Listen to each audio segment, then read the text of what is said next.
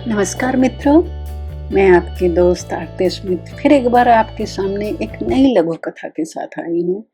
लघु कथा का शीर्षक है मोहब्बत की इबारत। सांझ ढलने लगी। वृद्धाश्रम के प्रमुख हरनाम सिंह से पहली बार मिलने आई निदा फातिमा अभी बात ही कर रही थी कि दिवाली के साजो सामान के साथ नीलिमा धड़धड़ाती हुई पहुंची। बुजुर्ग हरनाम सिंह से गले लगकर वह उनके कमरे से 2-3 बड़े थाल लेकर बाहर बरामदे पर आ गई। उसके पीछे पीछे हरनाम सिंह भी बाहर निकल आए तो निदा के साथ आए। उसके छोटे भाई अनवर को अच्छा न लगा।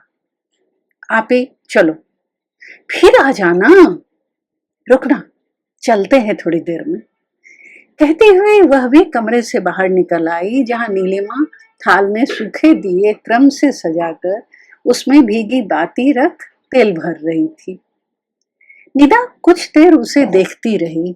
अनवर फिर पास जाकर फुसफुसाया, आपी अब चलो भी, बस थोड़ी देर और। निदा ने मिन्नत की। अब तक सिर झुकाए दिए सजाने में मगन नीलिमा का ध्यान निदा की तरफ गया तो मुस्कुराई, आओ ना, दिए सजाने में मेरी मदद करो। मैं तुम्ही से कह रही हूँ, क्या हम मिलकर रोशनी का पर्व नहीं मना सकते? जी जी जरूर, निदा की आवाज में चहक उभरी। और भाई तुम जरा कमरे से मोमबत्तियां और माचिस ला दोगे प्लीज? नीलिमा ने अनवर से कहा तो वह भी हामी भरता हुआ कमरे के भीतर चला गया और बुजुर्ग हरनाम सिंह देख देख कर मुस्कुराते रहे। हो गया, चलो अब दिए रेलिंग पर रख दे तो अंकल आंटी जी को दिए जलाने में आसानी होगी और एक थाल में दिए जलाकर ले चलेंगे, ठीक रहेगा ना निदा? जी हाँ, कहते हुए निदा एक थाल उठाकर दिए रेलिंग पर रखती चली। दूसरा थाल अनवर ने ले लिया। पहला दिया हरनाम सिंह ने जलाया। नीलिमा ने एक नजर उन पर डाली, फिर एक थाल में सजे दिए जलाने लगे। निदा, अनवर, शुभ दिवाली, कहते हुए उसने निदा के हाथ में जलते दिए की थाल पकड़ा दी। बुजुर्ग हरनाम सिंह की एक ओर निदा, दूसरी ओर खड़े अनवर ने जलते दिए की थाल संभाली। दियों के संवेत आलोक में तीनों का चेहरा दमकने लगा। नीलिमा ने एक फोटो खींची, फिर बाकी दिए जलाने में अन्य रहवासियों की मदद में वे लग गईं।